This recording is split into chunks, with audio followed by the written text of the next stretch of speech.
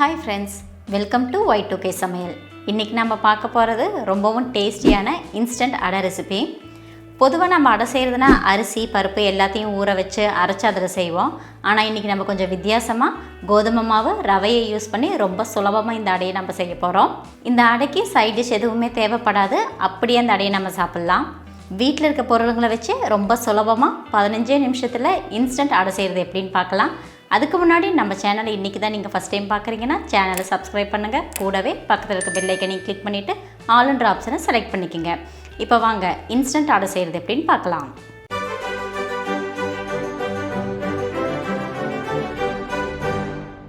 First அடை செய்யறதுக்கு தேவையான மிக்சரை ரெடி பண்ணிக்கலாம். அதுக்கு ஒரு மிக்சிங் பவுலில் 3/4 கப் அளவுக்கு ரவை எடுத்துக்கலாம். அது கூடவே 3/4 கப் அளவுக்கு கோதுமை மாவு, ஒரு பெரிய சைஸ் பெரிய வெங்காயம், ஒரு பெரிய சைஸ் கேரட் துருவல், பொடியாக கட் பண்ண கருவேப்பிலை கொஞ்சமாக, 2 பச்சை மிளகாவை சின்ன சின்னதாக கட் பண்ணி ஆட் பண்ணிக்கலாம், ஒரு துண்டு இஞ்சி பொடியாக கட் பண்ணது, 3 டேபிள் ஸ்பூன் அளவுக்கு தயிர், 1/2 டீஸ்பூன் அளவுக்கு மஞ்சள் தூள்,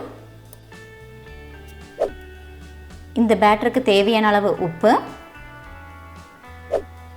1/4 டீஸ்பூன் அளவுக்கு பெருங்காயத்தூள். இதை எல்லாத்தையும் சேர்த்துட்டு நல்லா ஈவனாக மிக்ஸ் பண்ணி விட்டுக்கலாம். இந்த அடை செய்யறதுக்கு நான் யூஸ் பண்ணியிருக்கிறது வறுத்த ரவை தான். உங்களுக்கு எந்த ரவை வேணுமோ அந்த ரவை நீங்கள் யூஸ் பண்ணிக்கலாம்.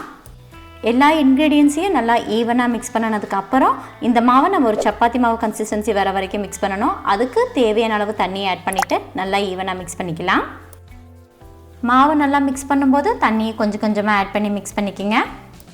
கேரட்டுக்கு பதிலாக உங்களுக்கு எந்த வெஜிடபிள் பிடிக்குமோ அந்த வெஜிடபிளை ஆட் பண்ணிக்கோங்க. ஆனால் நீங்கள் ஆட் பண்ணுற வெஜிடபிள் வந்து சீக்கிரம் வேகிற மாதிரி இருக்கணும்.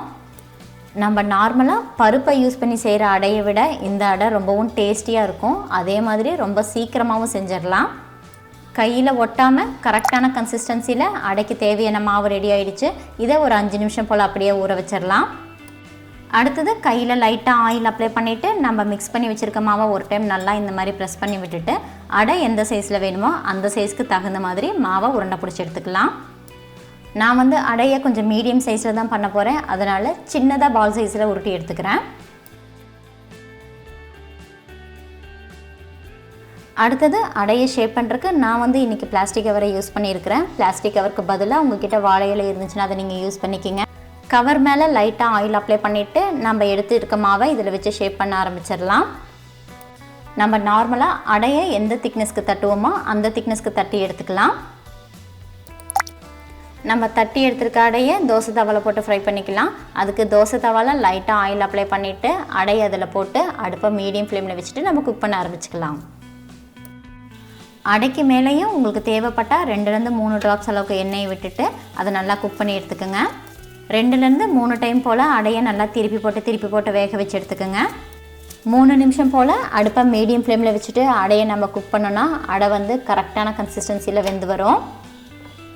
இந்த அடையை நம்ம பிரேக்ஃபாஸ்ட்டுக்கோ இல்லை டின்னருக்கோ கூட சாப்பிட்டுக்கலாம். அப்படி இல்லைன்னா ஸ்கூல் விட்டு வர குழந்தைங்களுக்கு ஈவினிங் டீ டைம் ஸ்நாக்ஸாக கூட கொடுக்கலாம். ரொம்ப டேஸ்டியான, உடம்புக்கு ரொம்பவும் ஹெல்த்தியான இன்ஸ்டன்ட் அடை ரெடி ஆயிடுச்சு. சைட் டிஷ் எதுவும் தேவைப்படாத ரொம்பவும் அட்டகாசமான அடை இது. அவ்வளோதாங்க, 15 நிமிஷத்தில் ரொம்பவும் டேஸ்டியான ரவா அடையை ரொம்ப சுலபமாக நம்ம செஞ்சிட்டோம். இந்த ரெசிபி உங்களுக்கு பிடிச்சிருந்துச்சுன்னா லைக் பண்ணுங்கள், உங்கள் ஃப்ரெண்ட்ஸ் அண்ட் ஃபேமிலிக்கு ஷேர் பண்ணுங்கள். வீட்டில் இட்லி தோசை செய்யறதுக்கு மாவு இல்லாத நேரத்தில் இந்த ரெசிபியை ட்ரை பண்ணி பார்த்துட்டு எப்படி இருந்துச்சுன்னு எனக்கு கமெண்ட் பண்ணுங்கள். மறுபடியும் இன்னொரு ரெசிபியில் பார்க்கலாம். அது வரைக்கும் பாய்.